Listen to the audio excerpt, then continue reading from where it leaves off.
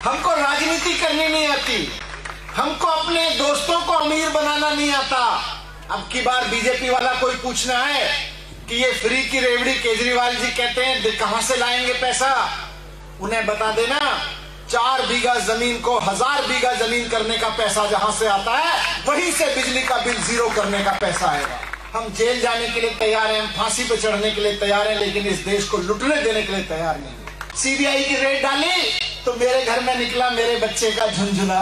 और आपके बच्चों का भविष्य नेताओं से नहीं बनेगा, स्कूलों से बनेगा, और स्कूल केवल अरविंद केजरीवाल बनवा सकते हैं।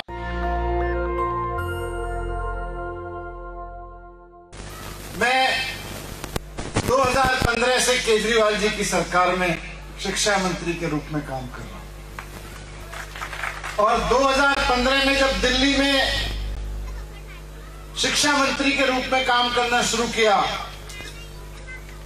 तो दिल्ली के जो सरकारी शालाएं थी, सरकारी स्कूल थे, उनको बोलते थे खड्डे वाले स्कूल, टेंट वाले स्कूल, टप्पर वाले स्कूल। जाले लगे रहते थे, उसमें कबाड़ खाने जैसे दिखते थे। मैं एक बार सरकारी स्कूल में गया, मैंने ऐसे किसी बच्चे को बोला कि बेटा तुम तो देश का भविष्य हो। मेरे को एक बच्चा बोला सर हम देश का भविष्य नहीं है, देश का भविष्य तो प्राइवेट स्कूलों में पढ़ता है, हम तो सरकारी स्कूलों में पढ़ते हैं। वो बात चुभ गई। वो बात इतनी चुभी कि दिन रात मेहनत करके आज दिल्ली के सारे सरकारी स्कूलों को दिल्ली के प्राइवेट स्कूलों से अच्छा बना दिया है। और खाली बिल्डिंग अच्छी नहीं बनाई, वहां पे पढ़ाई आज इतनी अच्छी होने लगी है कि बिहार से, छत्तीसगढ़ से, मध्य प्रदेश से, गुजरात से कोई आदमी अगर दिल्ली जाके रह रहा है, मजदूरी कर रहा है, मेहनत मजदूरी कर रहा है, और वो अपने बच्चे को सरकारी स्कूल में पढ़ा रहा है, तो उसको चिंता करने की जरूरत नहीं है। उसका बच्चा, उसके परिवार का भविष्य भी है और देश का भविष्य भी है, और शानदार भविष्य है। अभी 10 दिन पहले मैं और अरविंद केजरीवाल जी, माननीय मुख्यमंत्री जी, कुछ सरकारी स्कूलों के ऐसे बच्चों से चर्चा कर रहे थे जिनके अभी देश के बड़े बड़े इंजीनियरिंग कॉलेज में, मेडिकल कॉलेज में एडमिशन हुए हैं। एक बच्चा था उसमें, दिल्ली में चप्पल बनाने वाली फैक्ट्री में काम करने वाले मजदूर का बेटा IIT में एडमिशन हुआ है। 4 साल में इंजीनियर बनेगा, कम से कम 2 लाख रुपए की तनख्वाह होगी इसकी, कम से कम 2-3 लाख रुपए की तनख्वाह होगी। एक बच्चा जिसके माता पिता की डेथ हो गई 10 साल पहले, भाई ने उसको 8,000 रुपए महीने कमाता था भाई, उसने उसको पढ़ाया, आज उसका बड़े मेडिकल कॉलेज में एडमिशन हुआ है, उसको कम से कम 2-3 लाख रुपए महीने मिलने लगेंगे जिस दिन वो 4 साल की पढ़ाई पूरी कर लेगा। हम लोग राजनीति में नए नए आए हैं, हमको राजनीति नहीं आती। यशुदान भाई को राजनीति नहीं आती, सागर भाई को राजनीति नहीं आती, यहां आम आदमी पार्टी के जितने कार्यकर्ता खड़े हैं इनको राजनीति नहीं आती, लेकिन हमको स्कूल चलाने आते हैं। हमको स्कूल ऐसे चलाने आते हैं कि एक गरीब से गरीब आदमी का बेटा भी, जिसके पास पैसा ना हो, गरीब से गरीब आदमी की बेटी जिसके सपने इंजीनियर, डॉक्टर, IAS बनने के हो, IPS बनने के हो, बिना पैसा खर्च किए डॉक्टर बना देंगे, उसको हमको ये आता है। बिना पैसा खर्च किए उसको इंजीनियर बना देंगे, उसको IAS IPS बना देंगे, ये हमको आता है। और ये बीजेपी वालों को नहीं आता। अगर आता तो 27 साल में कर देते। यहां एक भी सरकारी स्कूल बता दो यहां पे जहां से कोई बच्चा IIM पहुंचा हो। यहां आपके अहमदाबाद में IIM है, बड़ा मैनेजमेंट का कॉलेज है। आज दिल्ली के सरकारी स्कूलों के बच्चे वहां पे पढ़ने आ रहे हैं। हमको ये आता है। हमको अभी सागर भाई बोल रहे थे कितना एकड़ से कितने एकड़ पहुंचा आपका वो महसाणे वाला बीजेपी का नेता? 4 बीघा से 1000 बीघा अपना करना नहीं आता, लेकिन इतना जरूर आता है कि 4x4 की झोपड़ी में रहने वाले को, बच्चे को ऐसा पढ़ा दो कि वो 400 बीघा जमीन खरीद सके, बड़ा आदमी बन जाए, इतना आता है। और ये किया है, दिल्ली में करके दिखाया है। हमको स्कूल ठीक करने आते हैं, हमको अस्पताल ठीक करने आते हैं। यहां पे ये बोलते हैं सरकारी अस्पताल ठीक नहीं हो सकते, प्राइवेट अस्पतालों में इलाज कराने जाओ। हमने कहा दिल्ली के लोगों से, गरीब हो या अमीर, हम सरकारी अस्पताल ठीक करके देंगे। 5 साल के अंदर अंदर दिल्ली में सरकारी अस्पताल इतने अच्छे कर दिए कि प्राइवेट अस्पतालों की जरूरत नहीं पड़ती लोगों को जाने की। पूरे देश में बिजली महंगी हो रही है, पूरे देश में। केवल दिल्ली एकमात्र ऐसी जगह है जहां पे दिल्ली में बिजली के बिल 0 आते हैं। हमको राजनीति करनी नहीं आती, हमको अपने दोस्तों को अमीर बनाना नहीं आता, लेकिन हमें गरीब आदमी को महंगाई से लड़वाना आता है, क्योंकि उसको बिजली का बिल ना देना पड़े, उसके घर में बिजली का बिल 0 आ जाए। ये केजरीवाल जी को ही आता है। दिल्ली के लोगों ने केजरीवाल जी को मौका दिया। आज दिल्ली के 47 लाख घरों में बिजली के बिल 0 आते हैं और 51 लाख घरों में पंजाब में 0 आने लगे पहले महीने से। अभी यहां पे अभी पहला महीना है। हमको ये करना आता है। हमको बसें फ्री करनी आती है महिलाओं के लिए, हमको अपने लिए फ्री करना नहीं आता। ये सारे नेता, अभी ईशदान भाई बता रहे थे, सीआर पाटिल जी के घर में बिजली जलती है तो 4000 यूनिट उनके घर में बिजली का बिल उनको 0 आता है। हमको यह आता है कि इस गांव में, गुजरात के गांवों में एक किसान, एक शहरों में रहने वाला कोई मजदूर, कोई नौकरी करने वाला आदमी, व्यापारी अपने घर में बिजली का बिल जलाए, बिजली जलाए, पंखा चलाए, तो उसका बिजली का बिल 0 कैसे आए, हमको यह आता है। दिल्ली में करके दिखाया है, पंजाब में कर रहे हैं, और गुजरात में आपके बीच में इस रात को आके खड़ा हुआ हूं कि एक मौका केजरीवाल जी को दे दो, गुजरात में भी करके दिखा देंगे। अभी ईशदान भाई ने बहुत सारी बातें की। उन्होंने बोला हम सरकारी स्कूल इतने शानदार कर देंगे, उन्होंने बोला हम सरकारी अस्पताल बहुत शानदार कर देंगे, उन्होंने बोला हम 300 यूनिट बिजली फ्री देंगे, बिजली के बिल 0 आएंगे आप सबके मार्च के महीने से। उन्होंने बोला बेरोजगार नौजवान जिनको नौकरी नहीं मिल रही है उनको 3000 रुपए महीने का भत्ता देंगे, महिलाओं को 1-1000 रुपए देंगे, बसें फ्री कर देंगे। ये सारी बात इन्होंने बोली। 50 लाख सरकारी नौकरियां देंगे, ये 10 लाख सरकारी नौकरियां देंगे, इन्होंने ये बोला। ये बीजेपी वाले बोलते हैं कहां से लाओगे पैसा।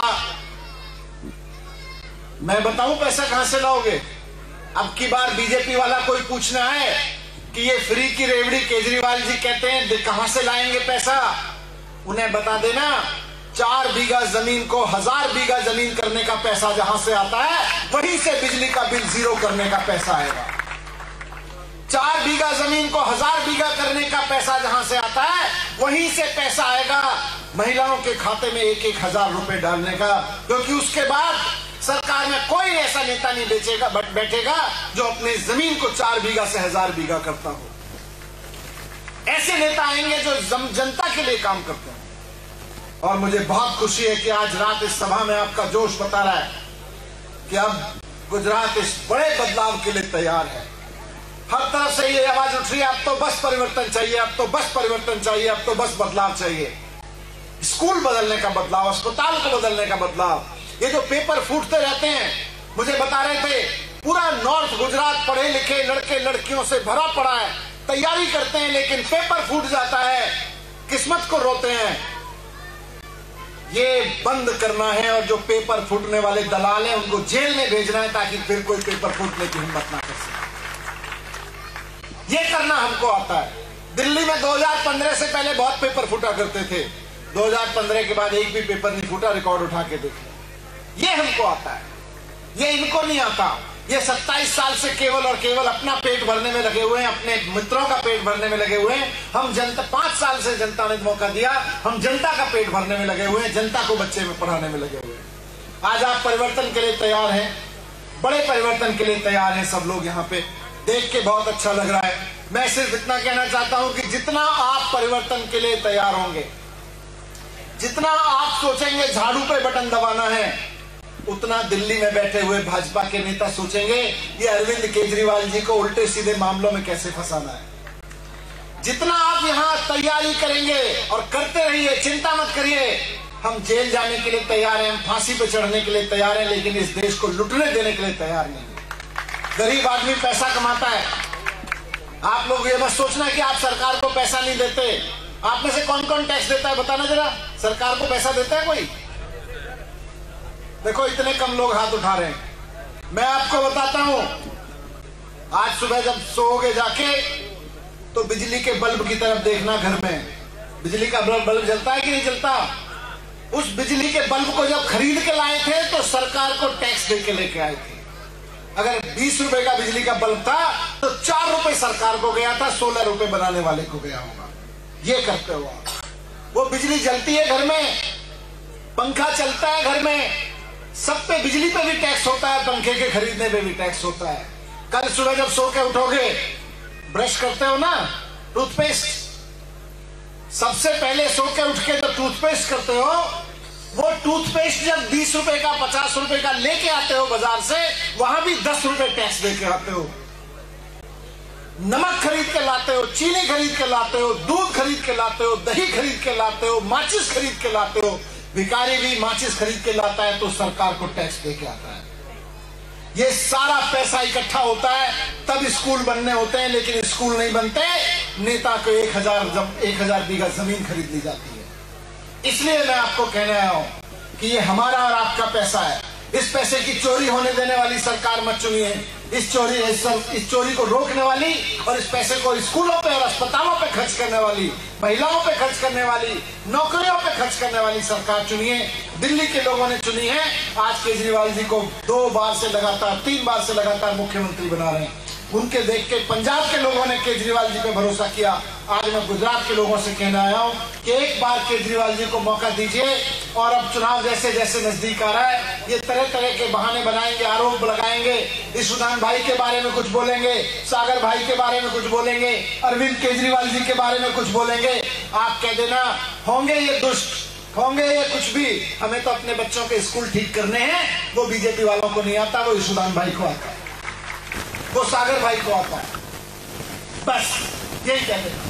ये मेरे पास आए थे, बोले सीबीआई में फंसा देंगे। मैंने कहा फंसा दो, मैंने कोई चोरी नहीं की, फंसाओगे कहां पे?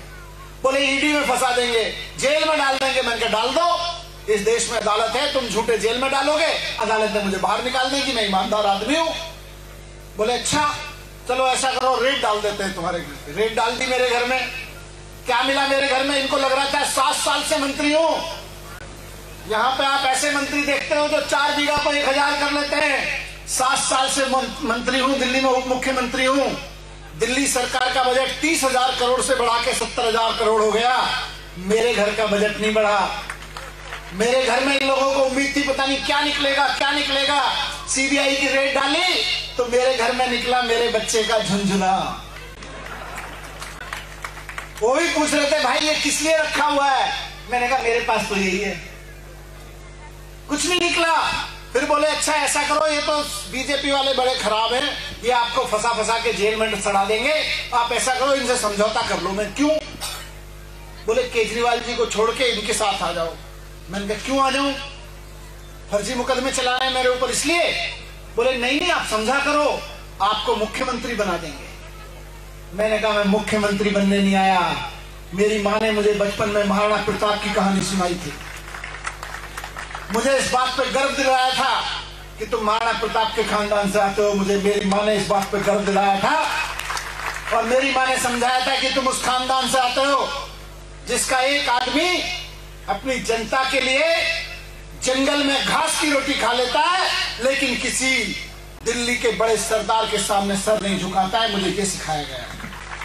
मैं नहीं झुकूंगा, बिकूंगा नहीं, गद्दारी नहीं करूंगा। तो बोले फिर जेल में डालेंगे। मैं डाल दो, गुजरात में सरकार बन जाएगी। तब तक आप जेल में डालोगे, गुजरात के लोगों को और गुस्सा आएगा कि एक ईमानदार आदमी को जेल में डाल रहे हैं। गुजरात के लोग पहले 2 वोट देते तो 4 वोट लेके आएंगे मेरे लिए। बहुत बहुत धन्यवाद। आप सब लोग इतनी देर रात तक इंतजार करते रहे। बस आपसे यही विनती है कि इस बार वोट किसी नेता को नहीं, अपने बच्चों के भविष्य को डालना, और आपके बच्चों का भविष्य नेताओं से नहीं बनेगा, स्कूलों से बनेगा। और स्कूल केवल अरविंद केजरीवाल बनवा सकते हैं, अरविंद केजरीवाल ही बनवा सकते हैं। बहुत बहुत धन्यवाद। जय हिंद, जय भारत, भारत माता की। नमस्कार। नेशनल दस्तक की आपसे गुजारिश है कि अगर इसको बचाना चाहते हैं तो नेशनल दस्तक को सब्सक्राइब करने के लिए रेड कलर के सब्सक्राइब बटन को दबाएं, फिर बेल आइकन की घंटी दबाएं। नेशनल दस्तक को बचाने के लिए बहुत जरूरी है कि हर खबर को शेयर करें, लाइक करें, कमेंट जरूर करें।